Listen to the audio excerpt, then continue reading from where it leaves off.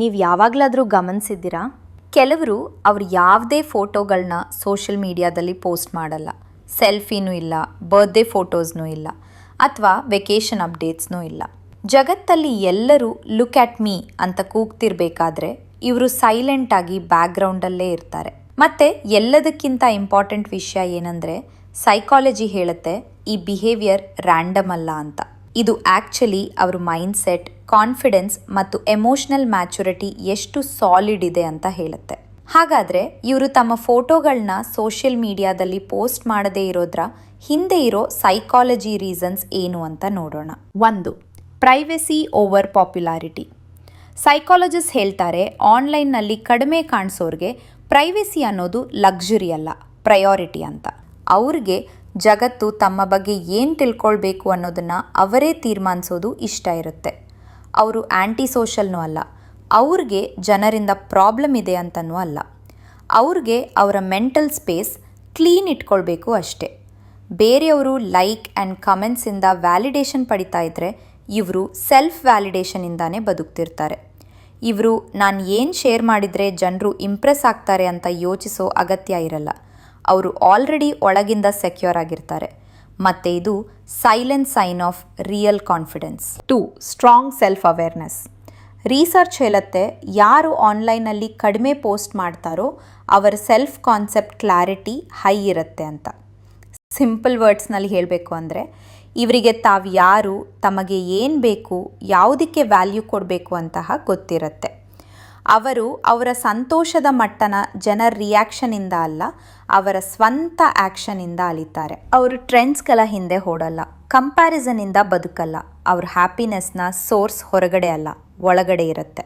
ಹಾಗಾಗಿ ಇದು ಆ ವ್ಯಕ್ತಿ ತನ್ನ ಮನಸ್ಸಿಂದ ಶಾಂತವಾಗಿ ಇದ್ದಾನೆ ಅಂತ ತೋರಿಸುತ್ತೆ. 3. Emotional security and inner confidence.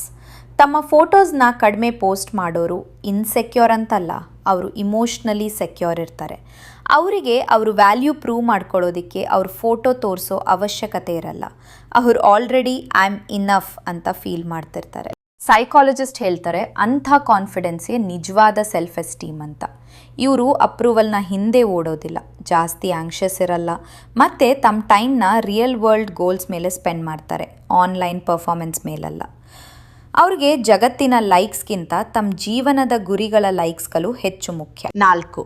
Deep thinkers versus online performers. ಇವರು ಶೋ ಆಫ್ ಮಾಡೋದಿಲ್ಲ, ಇವರು ಒಬ್ಸರ್ವ್ ಮಾಡ್ತಾರೆ. ಇವರು ಬರೆಯೋ ಅಥವಾ ಮಾತನಾಡೋ ಮುಂಚೆ ಯೋಚಿಸ್ತಾರೆ, ಮತ್ತು ಅವರು ತಮಗೇನಾದರೂ ವರ್ತ್ ಪೋಸ್ಟಿಂಗ್ ಅಂತ ಅನಿಸಿದರೆ ಮಾತ್ರ ಪೋಸ್ಟ್ ಮಾಡ್ತಾರೆ. ಇದಕ್ಕೆ ರೀಸನ್ ಏನಂದರೆ, ಅವ್ರ ಹತ್ರ ಇಂಟರ್ನಲ್ ಲೋಕಸ್ ಆಫ್ ಇವ್ಯಾಲ್ಯೂಯೇಷನ್ ಇರುತ್ತೆ. ಅಂದರೆ ಅವರು ತಮ್ಮ ವ್ಯಾಲ್ಯೂ ಸಿಸ್ಟಮ್ನ ಜಗತ್ತಿನ ಕಮೆಂಟ್ಸ್ಗಳಿಂದ ಅಲ್ಲ, ತಮ್ಮ ಸ್ಟ್ಯಾಂಡರ್ಡ್ಸಿಂದ ಅಳ್ತಾರೆ. ಅವರಿಗೆ ಸೂಪರ್ಫಿಷಿಯಲ್ ಮಾತುಗಳು ಬೇಜಾರಾಗುತ್ತವೆ, ಆದರೆ ರಿಯಲ್ ಮೀನಿಂಗ್ಫುಲ್ ಕಾನ್ವರ್ಸೇಷನ್ಸ್ ಪ್ರೈಸ್ಲೆಸ್ ಅನಿಸುತ್ತವೆ. ಅವರು ಶೋ ಮಾಡೋದಿಲ್ಲ, ಅವರು ಫೀಲ್ ಮಾಡ್ತಾರೆ. 5. The digital illusion and social comparison. ಮತ್ತು ದೊಡ್ಡ ಕಾರಣ ಏನಂದರೆ, ಅವ್ರಿಗೆ ಈ ಡಿಜಿಟಲ್ ಇಲ್ಯೂಷನ್ ಗೇಮ್ ಬಗ್ಗೆ ಗೊತ್ತಿರುತ್ತೆ. ಸೋಷಿಯಲ್ ಮೀಡಿಯಾ ಒಂಥರ ಇಲ್ಯೂಷನ್ ಕ್ರಿಯೇಟ್ ಮಾಡುತ್ತೆ. ಪ್ರತಿಯೊಬ್ಬರೂ ಪರ್ಫೆಕ್ಟ್ ಲೈಫ್ ನಡೆಸ್ತಿದ್ದಾರೆ, ಯಾರಿಗೂ ಯಾವುದು ಕೆಟ್ಟದ್ದಾಗ್ತಿಲ್ಲ ಅಂತಲ್ಲ. ಸೈಕಾಲಜಿಲಿ ಇದನ್ನು ಸೋಷಿಯಲ್ ಕಂಪ್ಯಾರಿಸನ್ ಥಿಯರಿ ಅಂತ ಕರ್ತಾರೆ. ಅಲ್ಲಿ ಜನರು ತಮ್ಮ ರಿಯಾಲಿಟಿನ ಬೇರೆಯವರ ಹೈಲೈಟ್ ರೀಲ್ಸ್ ಜೊತೆ ಕಂಪೇರ್ ಮಾಡ್ತಾರೆ. ಯಾರು ಅವ್ರ ಪ್ರೈವಸಿನ ಪ್ರೊಟೆಕ್ಟ್ ಮಾಡ್ತಾರೋ ಅವರು ಈ ಕಂಪ್ಯಾರಿಸನ್ ಟ್ರ್ಯಾಪಿಂದ ಉಳ್ಕೊತಾರೆ. ಅವರಿಗೆ ಪೀಸ್ ಅನ್ನೋದು ಪರ್ಫಾರ್ಮೆನ್ಸ್ ಅಥವಾ ಶೋ ಆಫ್ಗಿಂತ ತುಂಬಾ ಇಂಪಾರ್ಟೆಂಟ್ ಅಂತ ಗೊತ್ತಿರುತ್ತೆ.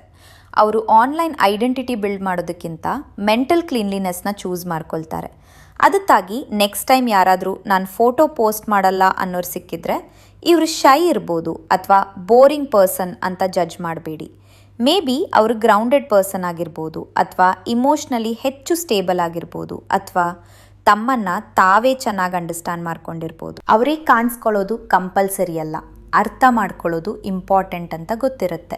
ಎಲ್ಲ ಟೈಮಲ್ಲೂ ಪ್ರೂವ್ ಮಾಡ್ಕೋಬೇಕು ಅನ್ನೋ ಅಗತ್ಯ ಅವರಿಗಿಲ್ಲ. ಅವರು ಈಗಾಗಲೇ ತಮ್ಮನ್ನು ತಾವು ನೋಡ್ಕೊಂಡಿದ್ದಾರೆ ಆ್ಯಂಡ್ ಅಕ್ಸೆಪ್ಟ್ ಮಾಡ್ಕೊಂಡಿದ್ದಾರೆ. ಆ್ಯಂಡ್ ಅದೇ ಆ್ಯಕ್ಚುಲಿ ರಿಯಲ್ ಕಾನ್ಫಿಡೆನ್ಸ್. ಜನರು ಯಾಕೆ ಹೀಗೆ ಯೋಚಿಸ್ತಾರೆ, ಯಾಕೆ ಹೀಗೆ ಬಿಹೇವ್ ಮಾಡ್ತಾರೆ ಅಂತ ತಿಳ್ಕೊಳ್ಳೋಕ್ಕೆ ಇಂಟ್ರೆಸ್ಟ್ ಇದ್ದರೆ ದ ಹ್ಯೂಮನ್ ಸೈಕಾಲಜಿ ಚಾನಲ್ನ ಸಬ್ಸ್ಕ್ರೈಬ್ ಮಾಡಿ.